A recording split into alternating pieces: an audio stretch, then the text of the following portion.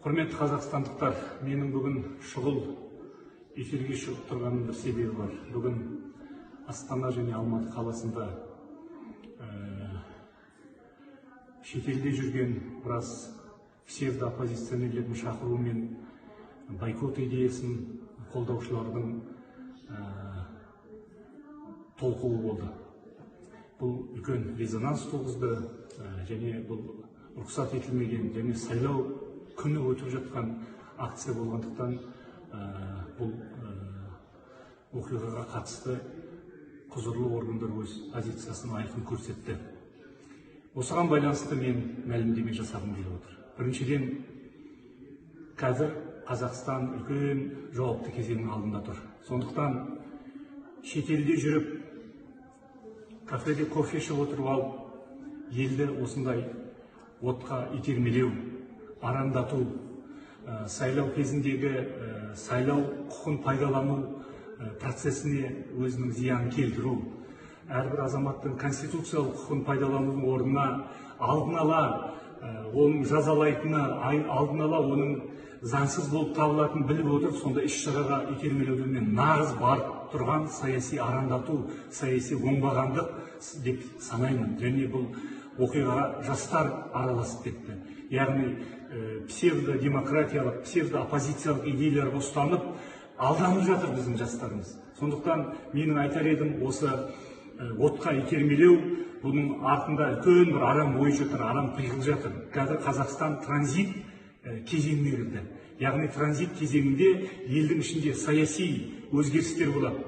Сөзсіз болады. Және ол тек қана халықтың талабы емес, мен сезіп отырмын, биліктің ішінде де сондай елдің ойын, ниетін түсінетін күштер бар. Қалыптасып келе жатыр. Біз неге билік өзгеру керек дейміз да, неге біз оппозиция өзгеру керек деп айта бермейміз. Сондықтан оппозицияда қазіргі таңда өзінің супер радикалды, ешқандай да мәмілеге келмейтін позициясын айнып, керісінше мемлекеттің мүддесі, тәуелсіздіктің мүддесі, демократияның мүддесі, елдегі әділетті қоғам мүддесі төңірегінде диалогқа келу керек деп ойлаймын. Және диалог терезесі тең құқылы болу керек.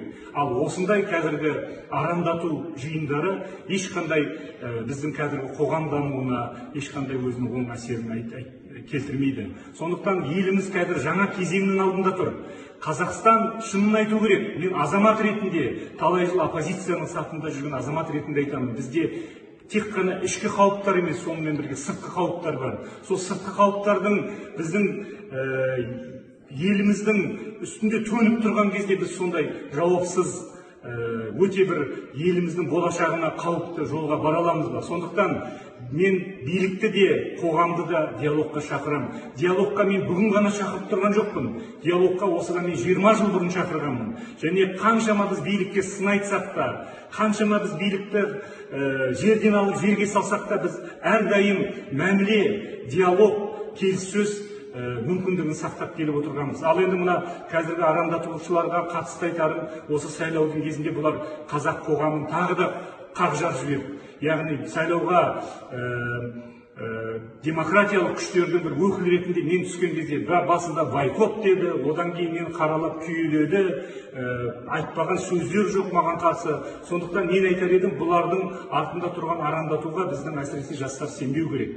Сондықтан мен айтарым, біздің қазіргі президенттік сайлау, оның нәтижесі ертеңгі айтылатын, және алдағы тұрған басқа да біздің саяси жүйені реформалайтын парламент сайлауы келе жатыр. Басқа да біздің үкіметке қатысты, жергілікті басқару органдарына қатысты сөзсіз болуы тиіс реформалардың алдында біз жаңа оппозиция, жаңа күш, яғни елдегі жағдайға, экономика, әлеуметтік, құқықтық, саяси жағдайға сыни көзқараспен балама бағдарлама білдіре отырып, билікпен бірге диалогқа келу, билікті диалогқа шақыру керек болатын болса, өзіміздің балама бағдарламамыз арқылы, осындай сайлауға қатысу арқылы оны соған итермелеу керек деп ойлаймын. Сондықтан, құрметті қазақстандықтар, мен де осы елдің бір азаматымын.